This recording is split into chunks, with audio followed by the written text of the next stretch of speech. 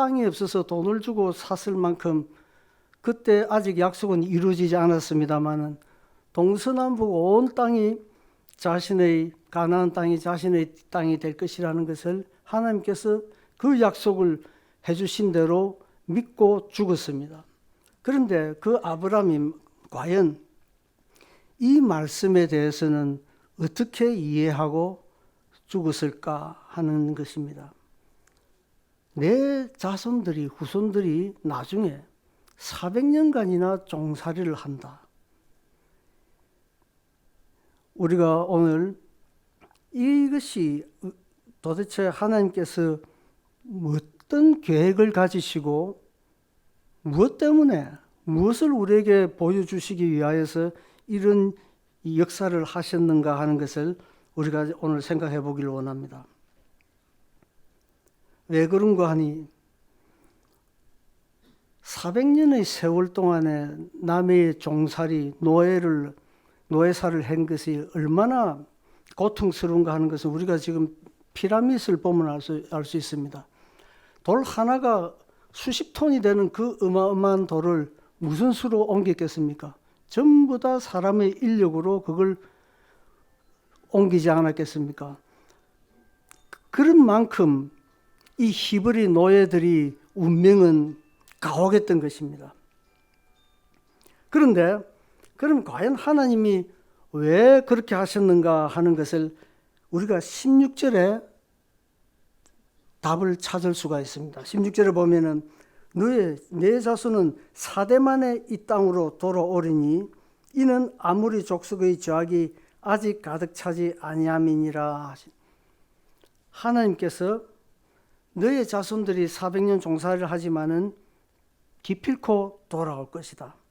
그리고 이는 왜 그 시간이 필요한가 하면 아모리 족속의 저악이 아직 가득 차지 않은, 여기 아모리 족속은 가나안 7족속을 말합니다. 가나안 족속 중에서 제일 센 족속 아모리 족속을 그냥 대표로 표현한 것이죠. 이 가나안 족속들이 하나님께서는 그들이 회개하고 돌아오면은 우상 숭배를 그만두고 그러면은 하나님께서 그들을 멸할 이유가 없어요. 이스라엘 백성과 같이 살아도 됩니다. 그러나 그들이 기다려도 회개하지 않는 거예요. 400년을 하나님께서 기다리시다가 죄악이 가득 차니까 더 이상 이 민족을 멸해야겠다고 결정을 하신 때가 400년이란 것입니다. 우리가 여기서 하나님께서 그 400년 노예의 시간이 필요한 이유와 또 하나의 이유를 더 찾을 수 있는 것은 하나님께서 이 히브리 한 가족 70명에 불과한 이 한 가족을 하나님은 이스라엘 민족으로 만드시기 위하여서 시간과 장소가 필요한 것입니다. 어디냐 하면은 고센 땅, 애굽의 고센 땅, 농경 문화가 있는 이 애굽에서 목축자들을 비천하게 여기는 그런 풍토가 있었기 때문에 이 히브리 가족은 그들과 어울리지 못하고 고센이라는 외진 곳에서 그들의 자손이 후손이 번성해 가기 시작합니다. 그리하여서 나중에 출애굽할 때는 200만이라는 어마어마한 숫자가 생기게 되죠. 나중에는 이 이집트 제국에서 나중에 이게 통제가 안 될까 봐 그래서 사내 아이를 죽인 것 아닙니까? 그만큼 한 민족을 이루어갔는데 시간이 400년 필요했던 것입니다. 그래서 하나님의 계획은 이 고통 가운데서도 씨와 땅의 그 약속하신 대로 성취하는 과정이었던 것입니다. 창세기의 이야기가 씨의 약속을, 자손의 약속을 이루어가는 과정이라면은 여호수아는 땅의 약속을 이루어가는, 성취해가는 과정이었던 것입니다. 그런데 문제는 그 하나님의 약속, 그 성취 과정이 고통스러웠다는 것입니다. 생각해 보시면 히브리 노예의 고통이란 것이 평생을 그 400년이 세월이면 누군가가 아이들이 태어나가지고 노예로 태어나서 평생 노예로 살다가 노예로 생을 마감하는 것입니다. 수많은 자들이 그렇게 살다가 죽었을 것입니다. 그러면서 과연 그들이 아브라함과 이삭과 야곱의 자손인 것이 자랑스러웠을까요?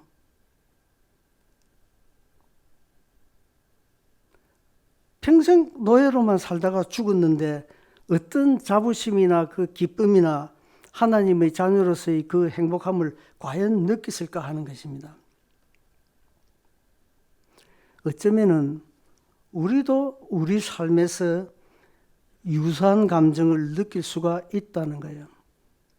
그들만치는 아니더라도 우리는 살면서 하나님의 자녀로 살긴 삽니다마는 과연 때로는 나의 삶을 돌이켜볼 때 가진 것도 별로 없으면 내가 세상에 내놓을 만한 이룬 것도 없지 않은가, 이렇게 삶의 의미에 회의를 느낄 때가 있다는 것입니다. 나의 삶의 과연 목적이 무엇이며 무엇이 보람인가, 공허한 마음을 느낄 수 있다는 겁니다. 비록 성도의 삶이라 할지라도.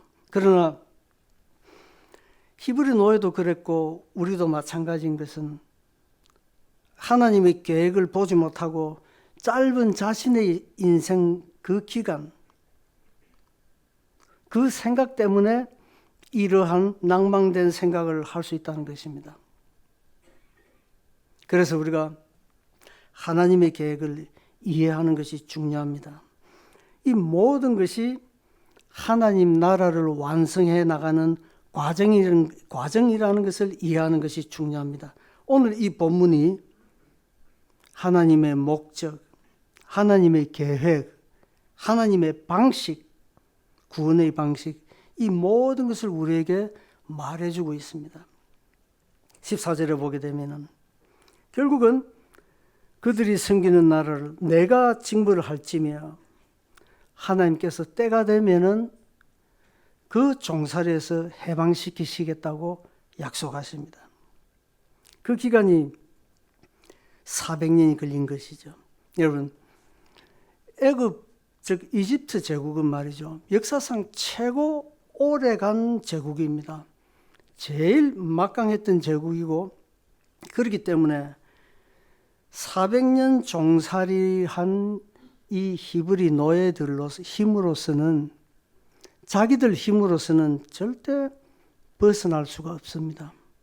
불가능합니다. 하나님의 역사 아니면 불가능합니다. 하나님께서 10가지 재앙을 내리셨죠.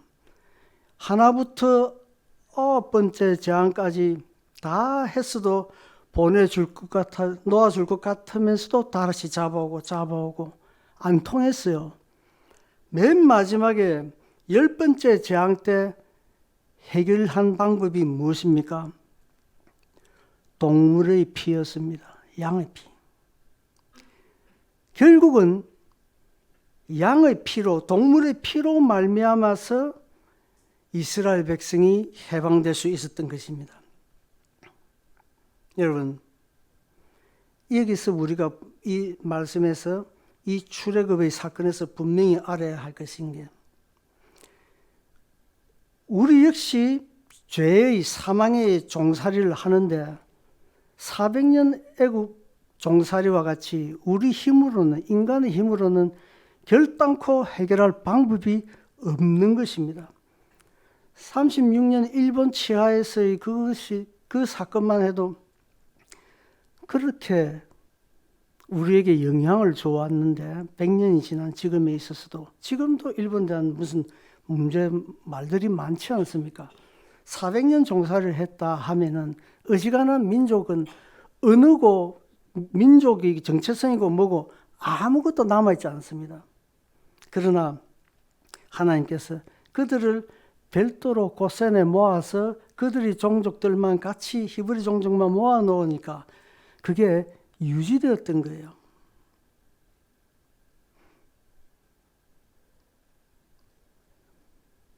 여러분, 우리도 마찬가지인 것이 이 400년 종살이의 의미는 우리에게 무엇을 가르쳐 주느냐 하면은 너의 힘으로는 결단코 죄에서 구출될 수 없다. 죄의 올무에서 벗어날 수가 없다. 사망에서 벗어날 수가 없다는 것을 우리에게 가르쳐 주고 있는 것입니다. 그러면 해결하는 방법이 뭐냐? 오직 동물의 피, 즉 예수 그리스도의 피가 아니면은 해방받을 수가 없다는 것을 가르쳐 주고 있는 것입니다. 여러분, 그러나 그 양의 피도 한계가 있었어요. 그 피는 그날 밤에 애굽 땅에 있었던 자들에게 한해서만 영향을 줬을 뿐이지, 그 밤에 죽지 않고 살아난 자들이 결국은 광야에 나가서 나중에 다 광야에서 죽고 맙니다. 한계가 있다는 거예요, 동물의 피는. 그러나 예수님의 보혈은, 예수님의 피는 그 밤에 있었던 자나 그 이전에 400년간 종살이 하다가 죽은 자들이나 아니면 지금 우리나 앞으로 또 이 세상에 살 자들이나 그 모든 자에게 그 피의 효력은 미친다는 것입니다. 그래서 여러분, 이 창세기의 이 사건은 그림자일 뿐이고 진짜로는 예수 그리스도의 그 피가 죄인들을 구원한다는 것이 이 말씀의 메시지인 것입니다. 예수님의 피로 인하여서 그 불가능한 종살이에서 해방되는 것이 이루어졌다는 것입니다.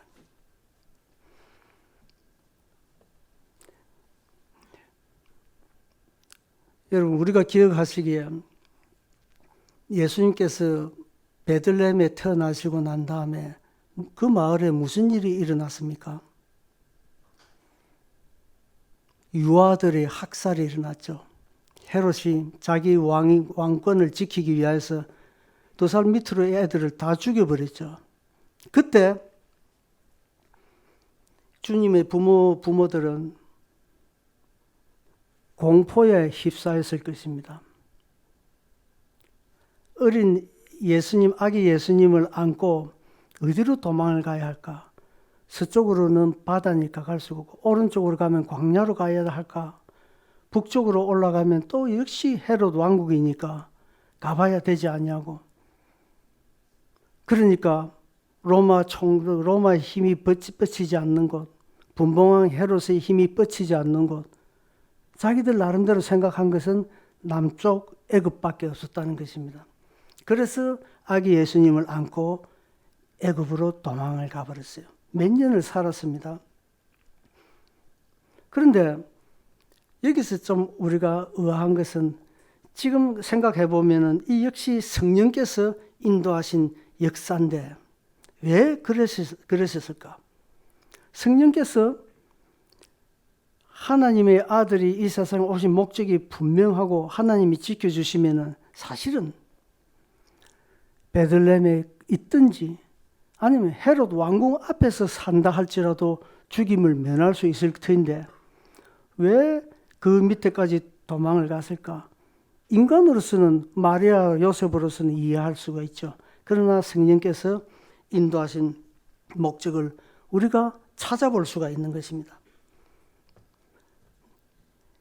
애굽에서 나온 자가 이스라엘을 구원하였지 않습니까? 누굽니까? 모세지 않습니까? 애굽에서 종살이하던 백성들을 구원해서 모세가 그 광야에서 나왔던 것처럼 예수님이 애굽에서 올라온 자가 모든 이스라엘뿐만 아니라 모든 자들을 구원할 것이라 하는 그것을 유대인들에게 보여주기 위해서 성령께서 이루신 역사라고 믿는 것입니다.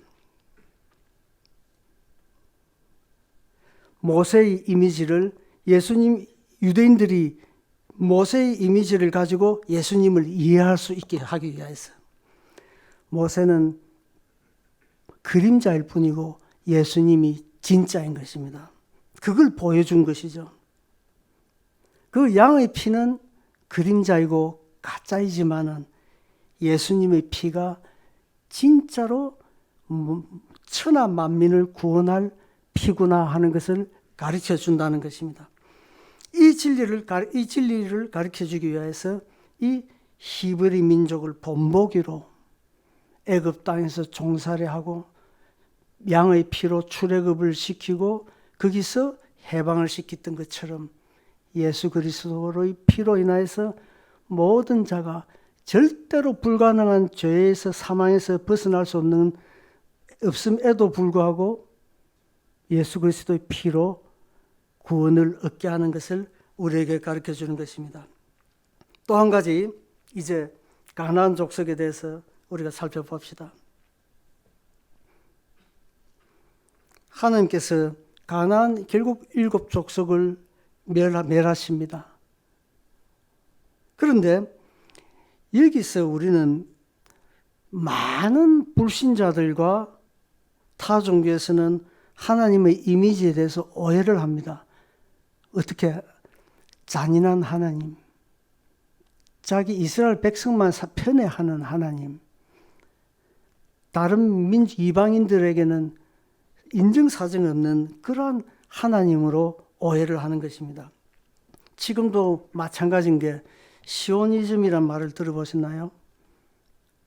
유대인들은 이 하나님이 가나안 땅을 우리한테 줬으니까, 하나님이 우리한테 준 거니까, 하나님이 우리만 사랑하니까 아랍인들 너희들은 짐승 같은 너희들은 땅이 아니야. 그렇기 때문에 그 갈등이 지금까지 오고 있는 것입니다. 시온주의자라 그러죠. 이 시온의 땅이 우리 거다는 겁니다. 그러나 여러분, 하나님이 과연 이스라엘만 편애하고 타민족들은 그렇게 미워했던가요? 사실 성경을 보면은 그건 오해했던 겁니다. 수많은 이방인들에 대해서 오고자 하는 자들에 대해서 하나님은 다 받아줬지 너는 안 된다 하는 게 없었습니다. 예수님도 수르보니게 여인에게 한 말씀은 그의 믿음을 시험한 것이지 실제로 너는 죽어야 될 인간이야. 그게 아니라는 것입니다. 다만 하나님은 이 가나안 민족이 회개하기를 기다렸습니다. 400년을 기다렸습니다. 그런데 갈수록 이들이 죄가 악해지더니만 나중에는 죄밖에 안 남는 그런 민족으로 됐을 때 하나님께서 결정을 하신 것입니다. 멸하시기로. 왜? 멸하지 않냐면은 나의 자녀들이 그 땅에 갔을 때에 그들에게 악을 배워서 죄를 배워서 전부 다 망해버리고 말 테니까 하나님께서 그런 결정을 내리실 수가 밖에 없었던 것입니다. 일전에 이야기한 적이 있을 겁니다. 내 사랑하는 아기를 결혼을 해서 이제 아기를 낳았어요. 그 아기가 잔디밭에서 놀고 있습니다. 그런데 한 구석에서 독사가 보여요. 그러면은 부모들이 이 독사를 이것도 생명인데 죽여야 되나 살려야 되나 고민할 시간이 없잖아요. 묻지도 않냐고 따지지도 않냐고 독사를 밟아 죽일 겁니다. 하나님 마음이 그랬다는 거예요.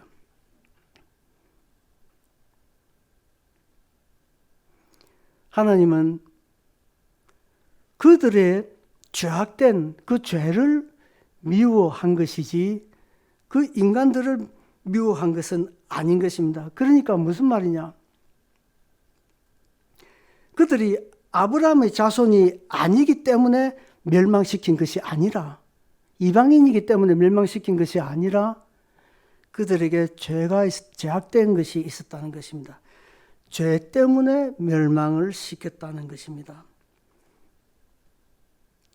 성경에서는 이스라엘, 아브라함의 자손이라 할지라도 그들이 이 가나안 땅에서 죄를 지었을 때 결국은 아시리아에, 바벨론에 멸망당하는 것을 우리가 보아온 것입니다.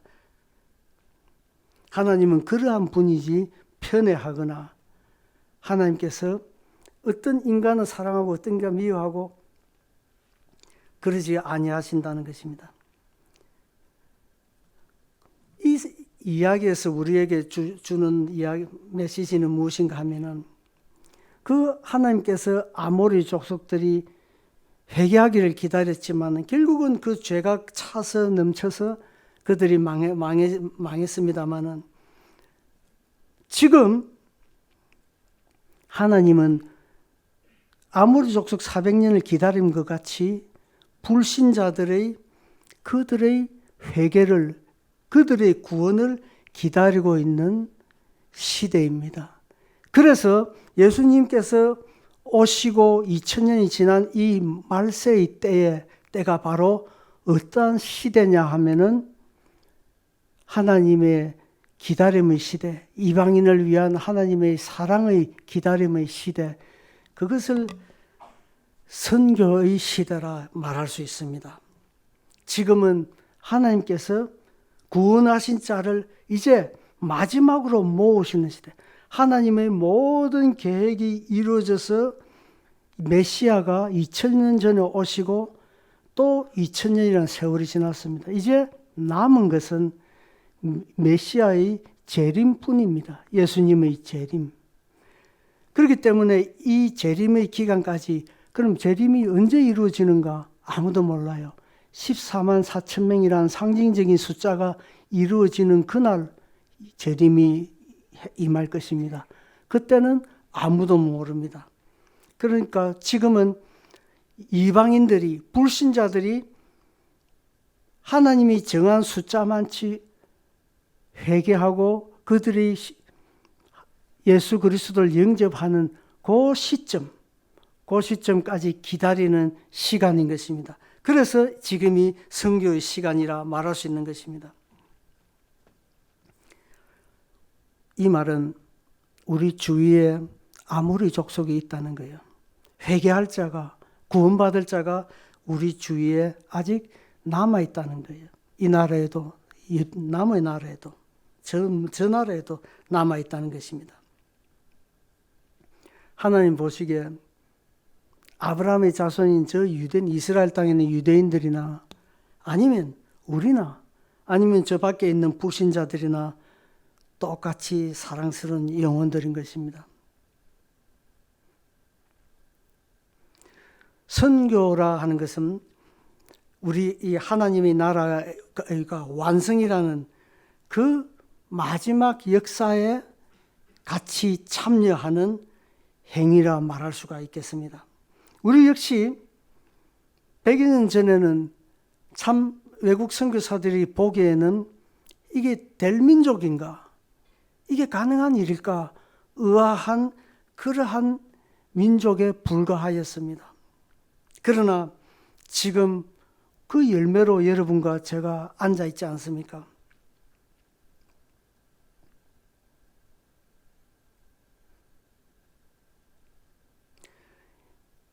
이 귀하고 복된 마지막 추수사역에 하나님께서는 우리가 종참하기를 원하십니다. 우리가 이 마지막 하나님의 남은 역사의 그 한 페이지를 같이 행하기를 지금 독려하고 계신다는 것입니다.